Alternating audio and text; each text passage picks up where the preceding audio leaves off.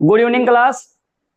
हम लोग कल ये देखे कि अधिकार का जन्म कैसे हुआ, कि कैसे पहले वहां गॉड हुआ करते थे, फिर गॉड के नीचे किंग हुआ करता था, तो किंग अपने पावर को डेलीगेट करता था, तब जाके हमने देखा कि उसके पास अनलिमिटेड पावर आ जाता था। जब उसके पास अनलिमिटेड पावर आ जाता था उससे लोगों का शोषण होता था। जब लोगों का शोषण होता था पक्का है इससे विद्रोह होंगे। जब विद्रोह होगा तो एक पीस एग्रीमेंट होता है जिसको हम क्या बोलते हैं, शांतिपूर्ण समझौता होता है राजा के बीच। तो वहां से हमने देखा था तब राजा इनको क्या देता है लोगों को, तो हम कहते हैं बैंक ऑफ राइट्स देता है। और इसी बैंक ऑफ राइट्स को हमने क्या बोला था, मैग्ना कार्टा ऑफ राइट्स बोला था। मैग्ना कार्टा ऑफ राइट्स का मतलब ये बोला गया था मैग्ना कार्ट, अधिकारों का मैग्ना कार्टा होता है। लेकिन इस पे आपने ये देखा था कि इस पे शर्त लगी थी। क्या लगी थी? इस पे शर्त लगी थी। अब बाबू हम पहुंच गए थे यहाँ यूएसए वाले में कि अभी हम पता करेंगे, ये बताओ मूल अधिकार कहां से आया। तो जो आज का टॉपिक आपका है ये मूल अधिकार कहां से आया, ठीक ना, कि मूल अधिकार कैसे बना। तो बाबू आप आज हेडिंग बनाओगे कि मूल अधिकार कैसे आया, ठीक ना। धीरे धीरे एक एक पॉइंट आप समझेंगे कि मूल अधिकार कैसे या कहां से आया। तो ऐसे आप लिखोगे मूल अधिकार, मूल अधिकार कैसे, कैसे ये मूल अधिकार बना। तो हम कहते हैं कि 1776 में, कब बाबू, 1776 में, हम कहते हैं 1776 में यूएसए आजाद हुआ, मतलब अमेरिका आजाद हुआ, ठीक ना। अमेरिका क्या होता है, हम कहते हैं अमेरिका आपका आजाद होता है। अमेरिका आजाद हुआ, अमेरिका आजाद हुआ। और जब ये आजाद हुआ तो ये सोचा कि अपने लोगों को हमें क्या देने हैं, तो हम कहेंगे, ये कहता है कि हमें अपने लोगों को अधिकार देने हैं। तो बाबू ये अगर अधिकार देगा तो ये क्या बनाएगा, तो इन्होंने क्या बनाया, इन्होंने बनाया बिल ऑफ राइट्स बनाया। क्या बनाया बाबू, इन्होंने बिल ऑफ राइट्स बनाया, बिल ऑफ राइट्स बनाया। अब मैं आपको बता चुका हूं बाबू बिल क्या होते हैं, तो आप कहोगे प्रपोजल है, मतलब यह अधिकारों का एक प्रपोजल है। आपको ऐसे ही अंग्रेजी में इसको याद करना है कि बिल ऑफ राइट्स हुआ करता था।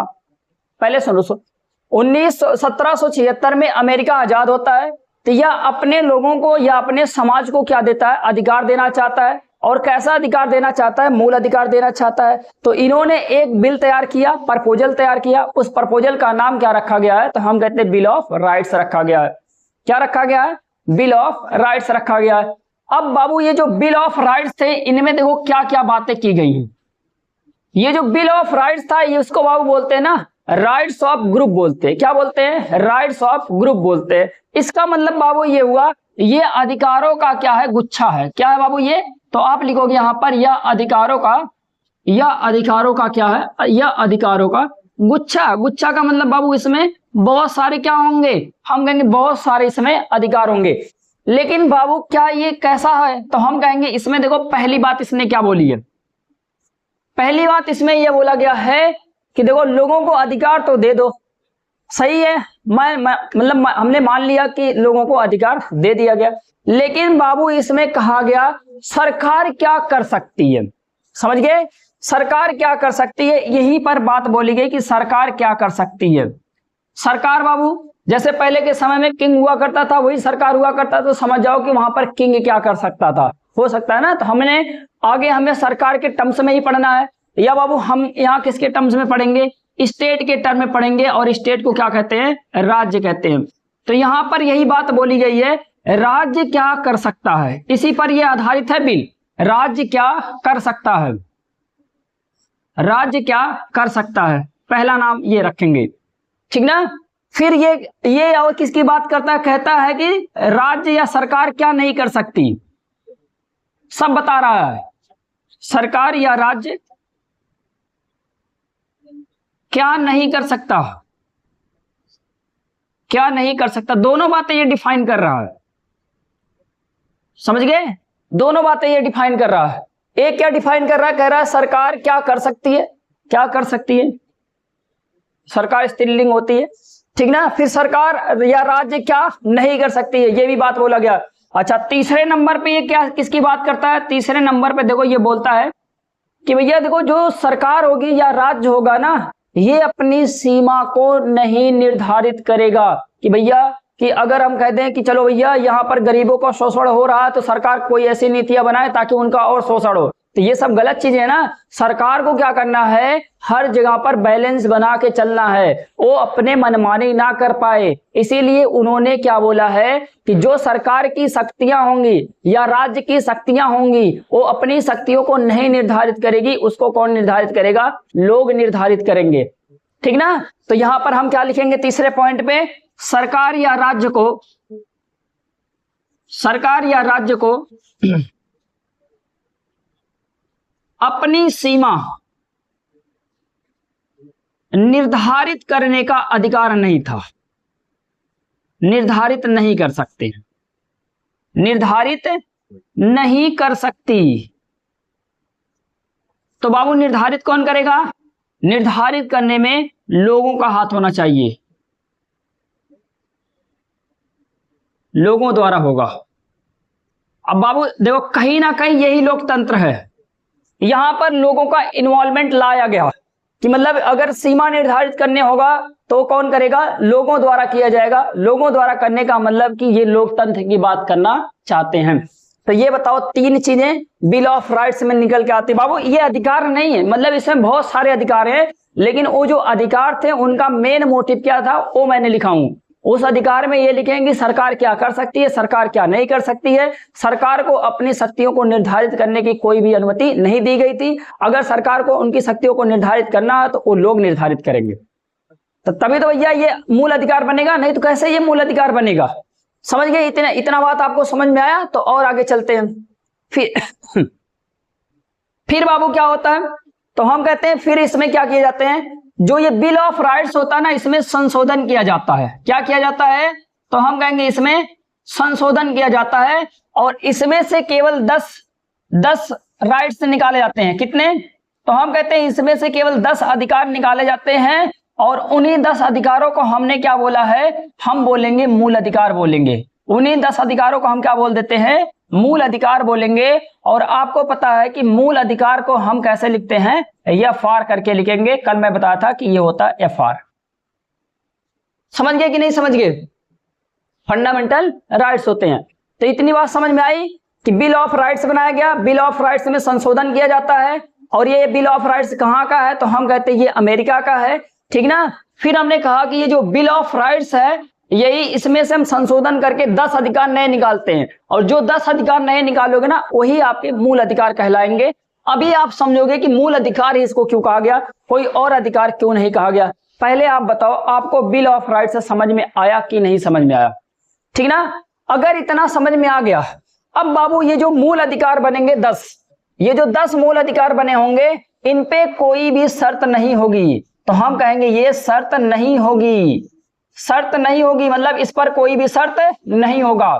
जैसे आपने पढ़ा था जब वहां पर ब्रिटेन में सामंतों का अधिकार हुआ करता था, तो जो अधिकार दिए गए थे उस पे क्या थे, शर्त थे, उस पे कंडीशन रख दी गई थी कि आपको ये करना है तो ये नहीं करना है, अगर आप ये कर रहे हो तो आपको ये नहीं करना, ऐसे करके उस पे शर्त मेंशन कर दी जाती थी। लेकिन ये जो इस पे लेकर आए गए हैं, किस पर, 10 जो मूल अधिकार निकाल के आए हैं इन पे शर्त नहीं होगी, ये अनकंडीशनल होंगे। क्या होंगे ये, तो हम कहेंगे ये होंगे अनकंडीशनल होंगे कि इन पर कोई भी शर्त नहीं होगी, अनकंडीशनल होंगे।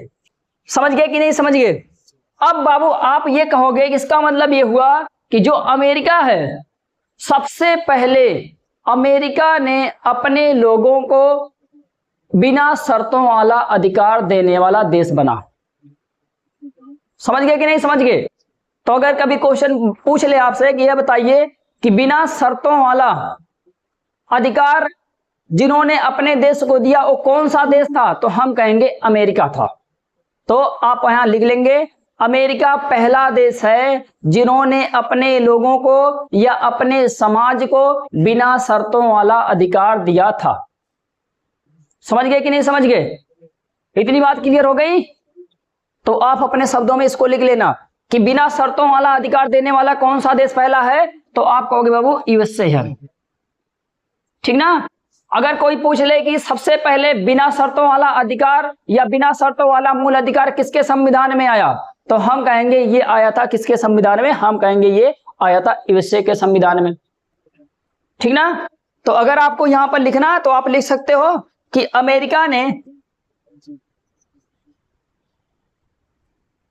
अमेरिका पहला देश है,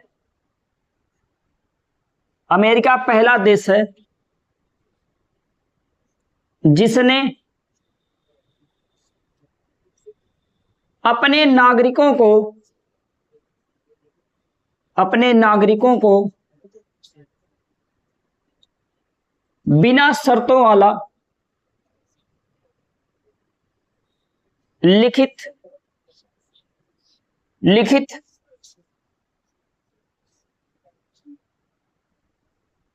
अधिकार दिया था। ये पॉइंट आपको मेंशन कर लेने कॉपी में, ठीक ना। अब बाबू बात ये आती है क्वेश्चन में, देखो बात ये आती है कि आप बताओ, अच्छा आप लिख रहे हो लिख लो। अब बाबू बात ये आती है कि ये बताइए कि इसे मूल अधिकार क्यों कहा गया है। समझ गए, इसे मूल अधिकार क्यों कहा गया है। तो हम कहेंगे, आगे लिखेंगे इसे मूल अधिकार क्यों कहा गया है।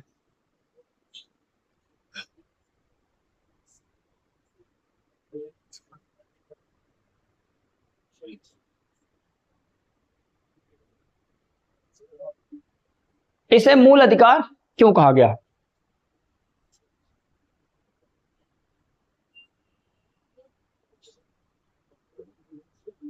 मूल अधिकार क्यों कहा जाता है।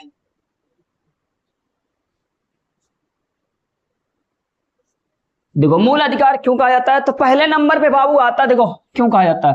पहली बात देखो, ये जो मूल अधिकार होता है ना, ये संविधान द्वारा गारंटेड होता है, मतलब संविधान इसकी गारंटी देता है, ये आपके हितों की रक्षा करेगा।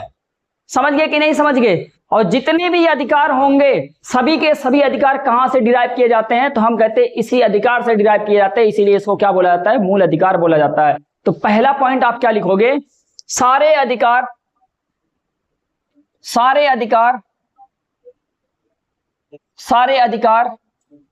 इसी से निकाले जाते हैं। और अंग्रेजी में कहते हैं बाबू, जितने भी अधिकार बनाए गए हैं सारे अधिकार यहीं से डिराइव किए गए हैं, डिराइव का मतलब निकाले गए हैं, इसीलिए इसे क्या बोला जाता है, मूल अधिकार बोला जाता है। जैसे मान लो अगर हमें घूमने की स्वतंत्रता है, समझ गए कि नहीं समझ गए, तो भैया घूमने की अगर आपको स्वतंत्रता है तो कहने का मतलब जो भी आपके अधिकार होंगे कहां से आ रहा है, ये कहां है, ये मूल अधिकार आपका है। अगर अभी मैं कह दूं आपको घूमने का अधिकार नहीं है, तो मतलब आपके मूल अधिकारों का हनन हो गया। समझ गए। अगर हम कह रहे हैं कि हमें पढ़ने का अधिकार है, तो इसका मतलब बाबू ये सब आपके क्या है, शिक्षा का अधिकार क्या होता है, मूल अधिकार होता है। अगर आपको पढ़ाई रोक दिया जाए, आपको वंचित कर दिया जाए, तो इसका मतलब आपके अधिकारों के साथ क्या किया जा रहा है, खिलवाड़ किया जा रहा है। तो इसीलिए आपको याद रखना है कि जो मूल अधिकार होते हैं, जितने भी अधिकार होते हैं यहीं से डिराइव किए जाते हैं, इसलिए हम क्या बोलते हैं, इनको मूल अधिकार बोलते हैं, इनको फंडामेंटल बोला जाता है, फंडामेंटल राइट्स बोला जाता है।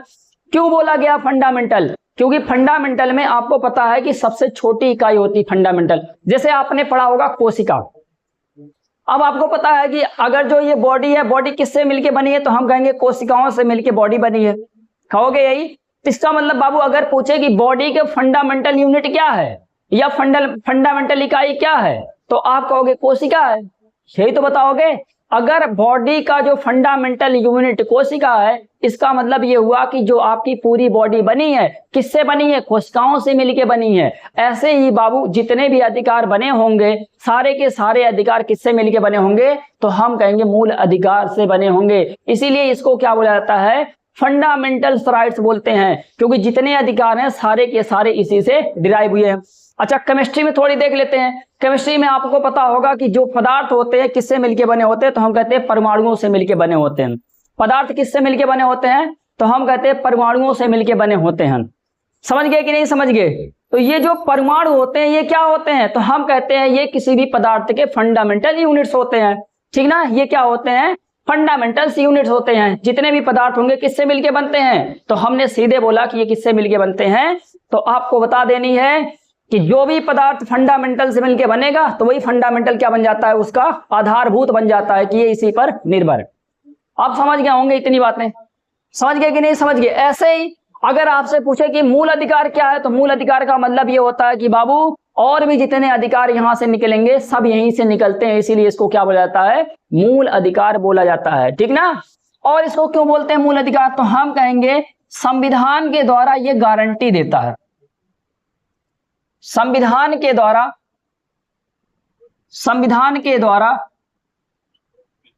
गारंटी देता है, गारंटी देता है। और गारंटी का मतलब क्या होता है बताओ मेरे से, गारंटी का मतलब क्या होता है। गारंटी का मतलब यह है बाबू कि जैसे मान लो कि पुलिस ने आपके अधिकारों का हनन किया। जैसे पुलिस में बोला गया है कि अगर वो आपको गिरफ्तार करती है तो 24 घंटे के सामने उसको डीएम के सामने क्या करना होगा, पेश करना होगा। और पुलिस ने डीएम के सामने आपको नहीं पेश किया। अगर डीएम के सामने पुलिस ने आपको नहीं पेश किया, इसका मतलब पुलिस क्या है, पुलिस आपके साथ कुछ गलत कर रही है, आपके अधिकारों का क्या कर रही है, हनन कर रही है। तो आप कहेंगे इसका मतलब हम कहां जाएंगे बाबू, हम कहीं पर भी जा सकते हैं, चाहे हम सुप्रीम कोर्ट जाएं, चाहे हम हाई कोर्ट जाएं, वहां पर हम सीधे कहेंगे ये हमारे अधिकारों का हनन है। अगर आपके अधिकारों का हनन है तो आप कहीं तक जा सकते हो, क्योंकि संविधान ने आपको गारंटी दिया है कि अगर आपके अधिकारों का हनन होगा तो आप चाहे सुप्रीम कोर्ट जाइए, चाहे हाई कोर्ट जाइए, आप सीधे यहां पर जा सकते हो। तो संविधान क्या करती है, इसकी गारंटी देता है। जैसे अभी हमने कोई सामान लिया तो हम वहां पर देखते हैं सामानों का क्या होता है, गारंटी लिया जाता है। तो जब जो सामानों का गारंटी लिया जा रहा है तो आपको थोड़ी वहां पर राहत रहती है कि भैया अगर हमारा क्या होगा, अगर हमारा सामान ये लोकल हुआ या खराब हुआ तो हम क्या कर सकते हैं, हम सामान को फिर से फेर सकते हैं कि नहीं, फिर से हम उस दुकान तक जा सकते हैं। अगर उस दुकान तक जा सकते हैं तो आप ही बताओ ये आपका मूल अधिकार था ना।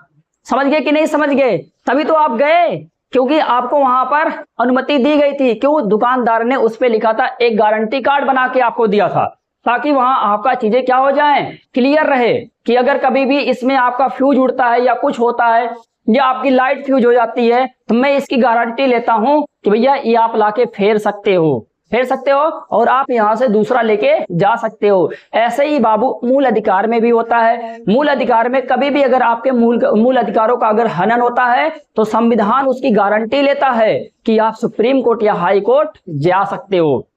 समझ गए कि नहीं। अगर बाबू सुप्रीम कोर्ट या हाई कोर्ट गए तो बताओ आपको न्याय मिलेगा कि नहीं मिलेगा। इसका मतलब ये जो मूल अधिकार होते हैं ये न्याय संगत होते हैं। कैसे होते हैं बाबू, न्याय संगत होते हैं कि मतलब आपके साथ अन्याय नहीं होने देंगे। क्लियर हो गया पॉइंट। तो हम यहां पर क्या लिखेंगे बाबू, न्याय संगत होते हैं, न्याय संगत होते हैं। इसको बाबू अंग्रेजी में वर्ड आता है जस्टिसिएबल होते हैं, जस्टिसिएबल होते हैं, ठीक ना। क्या लिख सकते हैं हम, जस्टिसिएबल होते हैं। जस्टिसिएबल का मतलब ये होते हैं न्याय संगत होते या न्यायपूर्ण होते हैं, ठीक ना। इतना समझ गए कि नहीं समझ गए। अच्छा ये बाबू ना अस्थाई होते हैं, अस्थाई नहीं अस्थाई होते हैं, समझ गए। इसीलिए इसको बोला जाता है अप्रतिदेय होते हैं, मतलब अप्रतिदेय होते हैं। तो इतनी चीजें आपको क्लियर होनी चाहिए। चौथे नंबर पे बाबू ये और क्या होते हैं, तो हम कहते हैं ये होते हैं अस्थाई। कैसे होते हैं ये, अस्थाई होते हैं, मतलब फिक्स होते हैं कि ये आपके हैं तो हैं, समझ गए। इसने इनको बदला नहीं जा सकता, इसलिए क्या बोल रहे हैं यहाँ पर, ये अस्थाई होते हैं। समझ गए कि नहीं समझ गए। अब हम कहेंगे अगर अस्थाई है तो इसको बाबू हम एक बढ़िया वर्ड रखते हैं अप्रतिदेय। हिंदी में क्या बोलते हैं इसको, अप्रतिदेय बोलते हैं। तो कभी अगर आपसे पूछ ले कि बताओ मूल अधिकार अप्रतिदेय है कि नहीं है, तो आप कहोगे हाँ है। अप्रतिदेय का मतलब ये होता है कि बाबू ये कैसे है, तो हम कहेंगे ये अस्थाई हैं। क्लियर हुआ ये भी बात आपका। अस्थाई का मतलब इनको आप बदल नहीं सकते, अगर आप इनको बदल ले जाते तो ये अस्थाई नहीं रहते। समझ गए कि नहीं समझ गए। तो यहां पर आपको क्या बोलना है, ये अस्थाई होते हैं, प्रतिदेय होते हैं, जस्टिसिएबल होते हैं, संविधान के द्वारा गारंटेड होते हैं। बाबू ये जो फैक्टर देख रहे हो ना, इन्हीं फैक्टर की वजह से इसको क्या बोला जाता है, मूल अधिकार बोला जाता है। इन्हीं फैक्टर की वजह से इनको हम क्या बोलते हैं, मूल अधिकार बोलते हैं। भैया आपको क्या चाहिए, हम कहेंगे गारंटी भी मिल गई आपको, जितने भी अधिकार बन रहे हैं यहां से डिराइव भी हो जा रहे हैं, ठीक ना। ये न्यायपूर्ण भी है, अगर आप वहां पर जाओगे संविधान सुप्रीम कोर्ट या हाई कोर्ट में जाओगे तो आपको वहां पर न्याय भी मिलेगा, ठीक ना। अस्थाई भी है, तो मतलब सारी चीजें अगर से हैं तो बताओ आपको और क्या चाहिए, यही सब तो चाहिए। तो ये सारी की सारी चीजें आपको क्या हो रही हैं, मिल रही हैं। तो इनको हम क्या बोलते हैं भैया, इसीलिए इनको हम क्या बोलते हैं, मूल अधिकार बोलते हैं। क्या बोलते हैं इनको, मूल अधिकार बोलते हैं। समझ में आया आपको कि नहीं इतनी बात, समझ में आया कि नहीं इतनी बात, तो हम कहेंगे हाँ समझ में आ गया। अब और आगे चलते हैं, और आगे चलते हैं हम।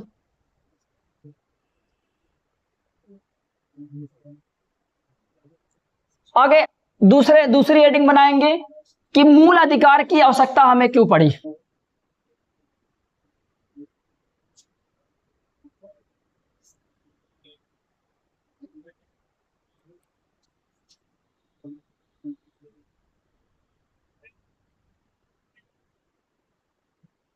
जरूरत क्यों पड़ी,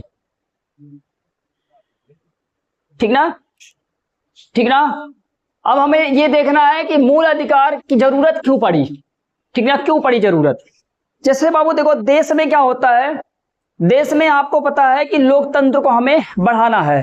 तो अगर लोकतंत्र को बढ़ाना है तो इसका मतलब यहां पर लोगों का इन्वॉल्वमेंट क्या होना चाहिए, ज्यादा होना चाहिए।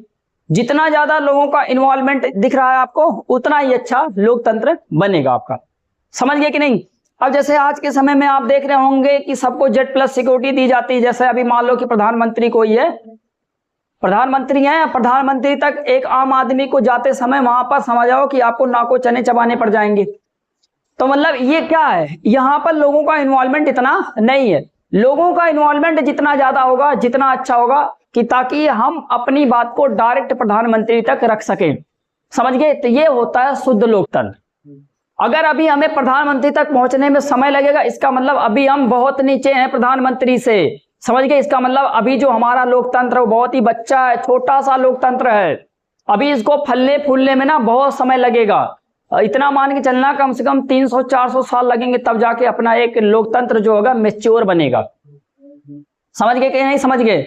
और इसके लिए जितना लोग अमीर होंगे, जितना इनकम डिस्पैरिटी लोगों के बीच में से मतलब आय की समानता असमानता जितना कम होगा, उतना ही लोगों के बीच से क्या होगा, डिस्पैरिटी हटेगी, असमानताएं हटेंगी। जैसे अभी आप देखते होंगे अगर मुकेश अंबानी को प्रधानमंत्री से मिलना होगा तो उनको नहीं सोचना पड़ेगा, लेकिन अगर अभी हमें मिलना होगा तो हमें उनसे मिलने के लिए क्या करना होता है, सोचना पड़ता है, ठीक ना। हम मिल भी नहीं सकते, क्यों नहीं मिल पाएंगे हम लोग, क्योंकि अभी हम लोग छोटे हैं, बच्चे हैं। ऐसे ही अपना लोकतंत्र भी क्या है, छोटा है, इसीलिए इसमें अभी इतनी असमानताएं हैं, इतना गैप बना हुआ है। जिस दिन एक गैप आप फिल कर लेगा उस दिन यह समझ जाना कि ये लोकतांत्रिक यहाँ पर व्यवस्था कायम हो चुकी है और मैच्योर लोकतंत्र अपने यहाँ आ चुका है। अभी अपने यहाँ मैच्योर लोकतंत्र नहीं है, समझ गए इतनी बात। तो ऐसे ही बाबू अब आप सोचो, अगर लोकतंत्र है तो इसका मतलब ये हुआ कि आपके अधिकारों की रक्षा होनी चाहिए। तो हम कहेंगे बाबू कि हमें लोकतंत्र की हमें मूल अधिकार की जरूरत इसलिए पड़ती है क्योंकि देश में राजनीतिक लोकतंत्र को ये बढ़ाते हैं, समझ गए कि नहीं। अभी जैसे मान लो कि आपको वोट देने का अधिकार ना दिया जाए, समझो पहली बात को, कि मतलब अगर आपको बता दिया जाए कि आपको वोट देने का अधिकार नहीं है, अगर आपको वोट देने का अधिकार नहीं है इसका मतलब आपके मूल अधिकारों का हनन हुआ। अगर आपके मूल अधिकारों का हनन हुआ तो इसका मतलब लोकतंत्र का हनन हुआ, मतलब लोकतंत्र का गला घोटा गया। अगर वहां पर लोकतंत्र का गला घोटा गया तो आप ही अपने दिमाग से खुद सोच लो, आप समझ गए कि नहीं समझ गए। तो कहीं ना कहीं ये जो मूल अधिकारों की हमें जरूरत है, क्योंकि वोट देना हमारा मूल अधिकार होगा, समझ गए कि नहीं समझ गए। तो ये इसका मतलब आप देखो, वोट देना हमारा मूल अधिकार है, सार्वभौमिक मताधिकार, समझ गए कि नहीं समझ गए। तो ये सारी चीजें आपको यहाँ पर आनी चाहिए। तो ऐसे ही चीजें यहाँ पर आपको कर लेनी है। तो हम कहेंगे बाबू अब यहाँ पर आप क्या लिखोगे, इसलिए है क्योंकि यह राजनैतिक लोकतंत्र को बढ़ावा देता है, या राजनैतिक लोकतंत्र को बढ़ाते हैं। राजनैतिक लोकतंत्र को ये क्या करते हैं, बढ़ाते हैं। राजनीतिक लोकतंत्र का बढ़ाने का मतलब ये हुआ कि आपके इन्वॉल्वमेंट को ये क्या करते हैं, इंक्रीज करते हैं। समझ गए कि नहीं समझ गए। दूसरे नंबर पे बाबू ये क्या करेंगे, अभी आपको पता है कुछ निरंकुश सरकार होती है, सत्ताधारी सरकार होती है। इसका मतलब ये हुआ, जैसे कहना नहीं चाहिए लेकिन आज के समय में आपको दिख रहा होगा बीजेपी एक सत्ताधारी पार्टी बन चुकी है। समझ गए कि नहीं समझ गए। आपको दिख भी रहा होगा कि बीजेपी एक सत्ताधारी पार्टी बन चुकी है। वो क्या करती है, अभी देखो हाल ही में आपको यह भी पता चला होगा कि इलेक्शन कमीशन के ऊपर कितने कितने इल्जाम लगाए गए, ब्लेम किया गया कि नहीं किया गया। तो ये सारी चीजें क्या हैं, कहीं ना कहीं अगर ऐसा सत्य हो रहा है तो आप कहोगे कि इसका मतलब इन्होंने सत्ता को हासिल कर लिया है, सत्ता को इन्होंने धारण कर लिया, सत्ता को अपनी मुट्ठी में ले लिया है। यहाँ पर लोगों का कोई महत्व ही नहीं रह चुका है, क्योंकि लोगों को कुछ पता ही नहीं क्या हो रहा है चीजें। पहली बात बाबू, अपने यहाँ क्या होते हैं ना, लोग पढ़े लिखे भले बहुत ज्यादा हैं लेकिन कोई ना इन सब चीजों के बारे में कुछ सोचता ही नहीं है। किसको हमें वोट देने चाहिए, किसको हमें वोट नहीं देने चाहिए, क्या कौन विकास कर सकता है, कौन विकास नहीं कर सकता है, किसमें कमियां हैं, किसमें अच्छाइयां हैं। वैसे मैं आपको अपना भी बता दूं तो कोई भी पार्टी अच्छी नहीं है। जितनी पार्टियां हैं सभी धर्मवाद लेके चलती हैं। कोई पार्टी मुस्लिम धर्म को सपोर्ट करेगी तो कोई पार्टी हिंदू धर्म को सपोर्ट करेगी, तो कोई पार्टी कास्ट पे आ जाती है, तो कोई हम देखते हैं कोई एससी कास्ट वालों को सपोर्ट करती है, तो फिर कोई ओबीसी कास्ट को सपोर्ट करती है। समझ गए कि नहीं समझ गए। तो ऐसे ऐसे कोई मतलब उसमें आप देखते होंगे कोई यादव पार्टी को मतलब यादव कास्ट को सपोर्ट करती है, कोई गुप्ता कास्ट को सपोर्ट करती है, कोई सिंह को सपोर्ट करती है। ये सब बाबू क्या है, इससे देश में एकता कभी आएगी। लेकिन हम क्या करते हैं, इनके पास पैसे होते हैं और हम क्या करते हैं, ये लोग कैंडिडेट बनते हैं और ऐसे ही लोगों को हम क्या करते हैं, वोटिंग करते हैं। समझ गए कि नहीं। तो कमियां उनमें नहीं, कमियां हम में हैं कि जो हम उनके पैसों पे बिक रहे हैं। समझ गए। तो ये सारी चीजें जब तक हमारे अंदर से नहीं निकलेंगी तब तक ये जो अनपढ़ नेता है हम पे क्या करेंगे, राज करेंगे। अगर अनपढ़ नेता हम पर राज ना करें तो इसके लिए आपको क्या होना, इसके लिए आपको पहले ज्ञानी बनना पड़ेगा। ज्ञानी का मतलब आपको सतर्क होना पड़ेगा, आपको थोड़ा सोचना पड़ेगा, थोड़ा अपने आप को समय देना पड़ेगा। ये सारी चीजें आपके अंदर होनी चाहिए, तभी ये सारी चीजें हो सकती हैं। समझ गए कि नहीं समझ गए। तो आप पहले अपने टॉपिक पे आते, वो सब फालतू चीजें। अब बाबू यहां पर हम क्या पढ़ रहे थे कि मान लो कि कोई सत्ताधारी पार्टी बन रही है, कोई यहां पर निरंकुश पार्टी बन रही। निरंकुश पार्टी का मतलब ये होता है कि ये अपने मन का कर रही है। जैसे बाबू आज फिर मैं इसी सरकार का नाम लेता हूं। आपको दिख रहा होगा कि अभी एसएससी में इतना प्रोटेस्ट हुआ, टीचर लोग प्रोटेस्ट किए, लेकिन आपको दिखा होगा क्या दिखा, हमने देखा कि यहाँ पर जितनी भी सारी चीजें हो रही हैं वहां पर टीचरों की बात की कोई वैल्यू ही नहीं रखी। कहीं टीचर के ऊपर लाठी चार्ज करवा दी जा रही हैं। बिहार में प्रोटेस्ट हुआ, वहां पर लोगों के ऊपर लाठियां चार्ज करवा दी गई। बाबू ये सब क्या है, ये सब निरंकुशता का एक अंग है।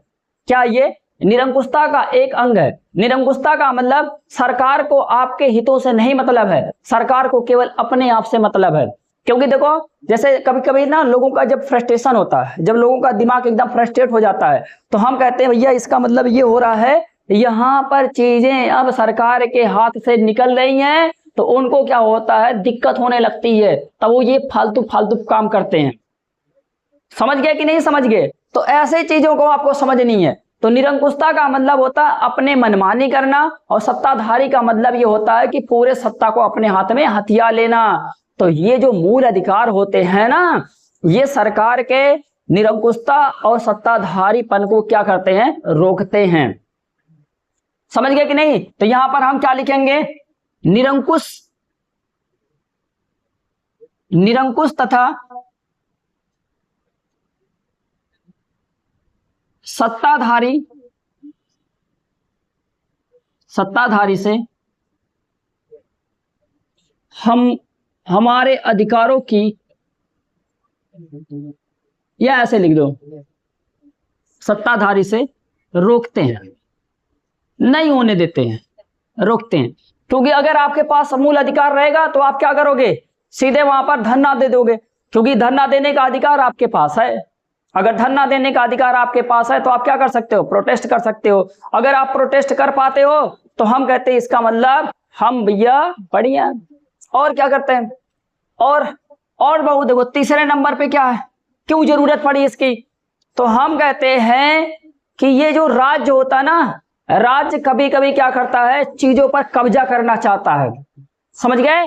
तो जब ये चीजों पर कब्जा करेगा, इसका मतलब आपके अधिकारों का वहां पर क्या कर दिया, हनन कर दिया। जैसे देखो, फिर से मैं बीजेपी का एग्जांपल लेता हूं। बीजेपी ने, आपको दिखा होगा कि बीजेपी सरकार ने क्या किया आज के डेट में, लोगों के घर को तोड़ दिया है। तोड़ दिया कि नहीं तोड़ दिया? क्योंकि वो जहां पर रह रहे थे उनके घरों को तोड़ दिया गया और बताया गया कि यहां पर चौड़ीकरण का कार्य चल रहा है। समझ गए?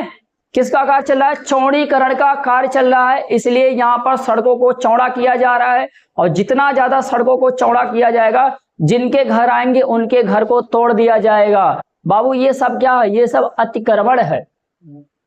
क्या ये सब अतिक्रमण है? तो ऐसे ही अतिक्रमणों से आपको राज्य के अतिक्रमण से आपको क्या करती है, बचाती है। राज्य के अतिक्रमण से ये जो मूल अधिकार होते हैं उनको बचा लेते हैं। इसीलिए इनको ये हमारे लिए क्या हो जाते हैं, जरूरी हो जाते हैं। तो हम यहां पर क्या लिखेंगे? यहां पर लिखेंगे राज्य के अतिक्रमण से, राज्य के अतिक्रमण से हमारी स्वतंत्रता का रक्षा करते हैं। हमारी स्वतंत्रता का रक्षा करते हैं। ऐसा लेकिन कहीं कुछ होता नहीं है, केवल नाम है आज के डेट में, क्योंकि वो सत्ताधारी बन चुकी है। ठीक ना? फिर जीतेगी, फिर हारेगी, यही सब चलता रहता है। बाबू ये जो बेसिक क्वेश्चन थे ना, उनको हमने यहां पर निपटा लिया है कि मूल अधिकार क्यों, मूल अधिकार क्या, ठीक ना, कैसे ये आए, ठीक ना? समझ गए कि नहीं समझ गए? इतनी बात आपकी क्लियर हो गई? तो बाबू ये सब आपके क्या हो गए, मूल अधिकार वाले टॉपिक्स हो गए। ठीक ना? ठीक ना?